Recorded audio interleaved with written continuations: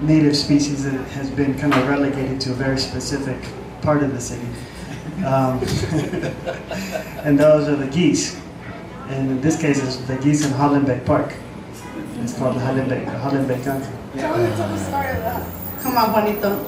Tell the story of that guy, of the ganso tamer in Hollenbeck Park. Does anybody here go walking early in the morning in the park? They don't mess around, right? They run the park. There's an older man who sits up on the little grassy knoll there, yeah. And he wrestles with some of the biggest geese there. And he holds them and he pets them real hard like this. And they get down and so keep your eye, if you guys should ever walk out there between 8 and 10 in the morning, you'll see this guy by the freeway wall. And he looks crazy. He wants to stay away. Well, when the idea came, anytime they put a demo together and they say, okay, Marta, put something to this, and I listen to it. Okay, well, tell me what animal. I need them to give me an idea, just an initial idea, and then a ganso. And this, you came up with this music idea, right? Like you could. So he said, da, da, da, da, da, da, da, and I thought, oh, okay, ganso, all right, okay. But I was picturing, before he told us his story, I was picturing the geese or the patitos in Lincoln Park, right, and Plaza La Raza, in that area. And I grew up in that area, and we used to go there for weddings or whatever, different things. And one of the things that I always noticed were how, como the biggest predators for the ducks or the geese in the parks would be what?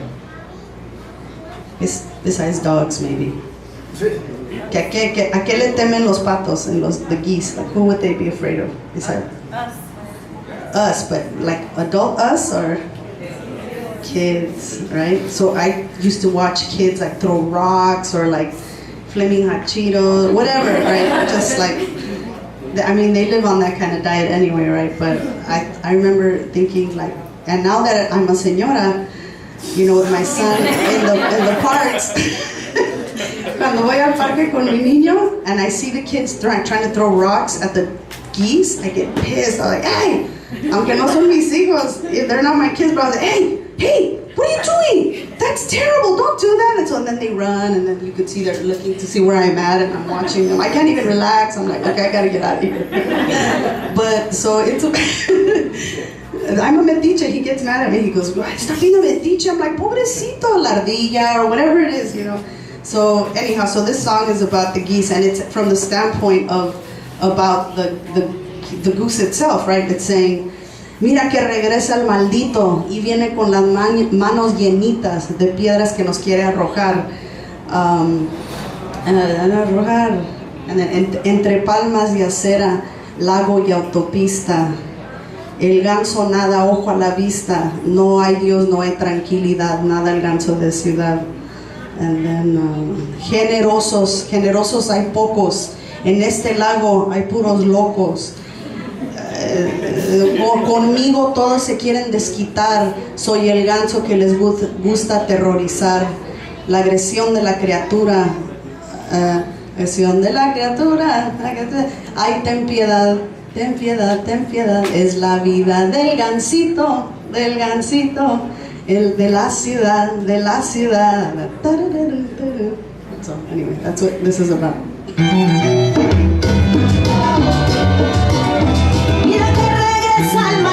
Se vale bailar. Viene con las manos llenitas de piedra que no quiere arrojar.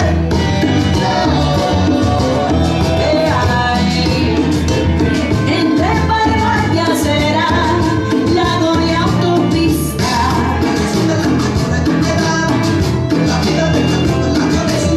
El ganso nada, ojo a la vista. No hay Dios, no hay tranquilidad, nada el ganso de ciudad. Mira que regresa el maldito y viene con las manos llenitas. Corre, corre, corre,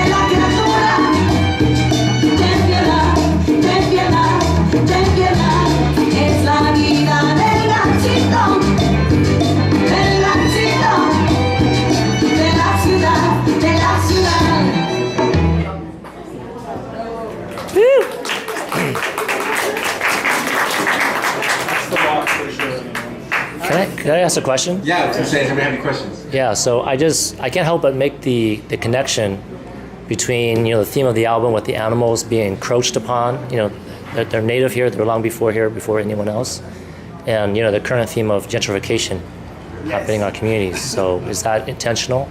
Yeah, it's definitely intentional. As we were studying the animals and learning about, their realities, you draw those parallels, and gentrification is a big one. Especially because Marta and I, before we left to Mexico and Seattle, we were living in Highland Park. And then we came back and it was, Yorklandia. And so for us it was a shock, and it's a pity that there isn't a better system or process or to protect people and give support to people living in places like Boyle Heights, or to provide what they're calling development, right? To provide money so that a community can make itself better for the residents that are living there, and so currently in Boyle Heights there's the LA City Plan for Boyle Heights, and I mean that's no different. It looks the same. It spells death to the culture of Boyle Heights and to the residents being able to sustain themselves and afford living in Boyle Heights. And of course, I'm sure a bunch of people who was on Facebook saw that the ride, the barrio ride through Boyle Heights to see the natives. And it's really scary, but so we have to talk about these things, and this is one way for us to talk about these things. This is a good way, where you bring it through an animal, through the life of an animal. I know Christina, who's here, is a teacher here at Boyle Heights, and had an amazing program this last semester, and one of her students is here who wrote this incredible poem. Would you mind reading a little bit of your poem?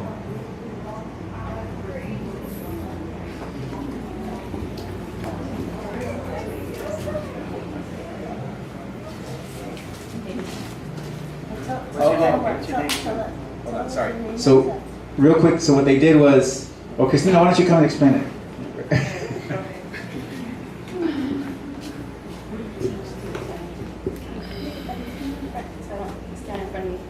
Hi everybody, my name is Christina, and this is my student Italy, and my two other students' daughters right across from me.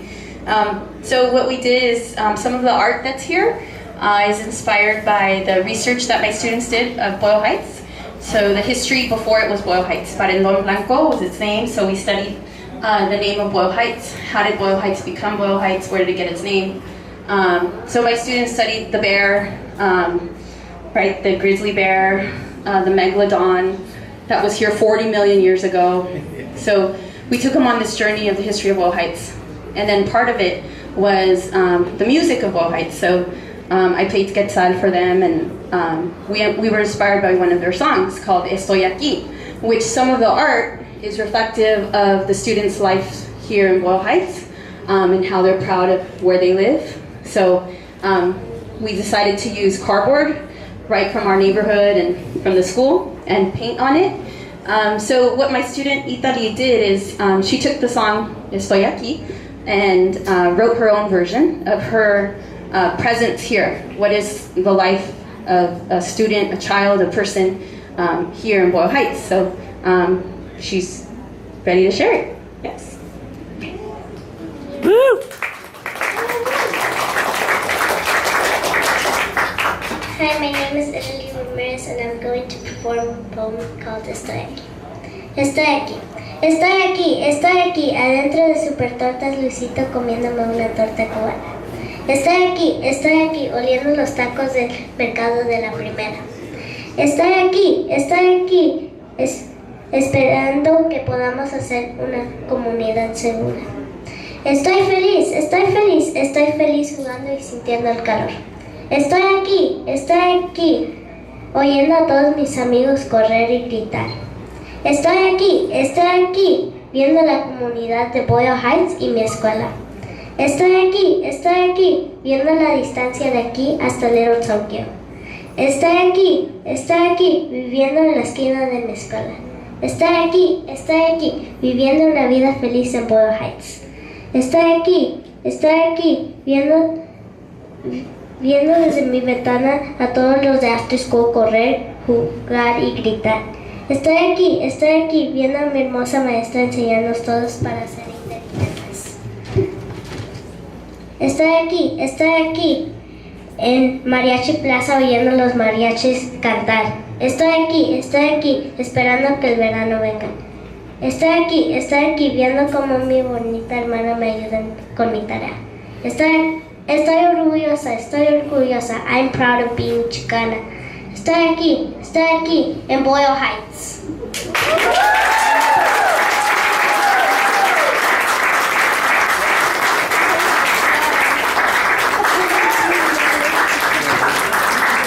So it's safe to say that our future is in good hands.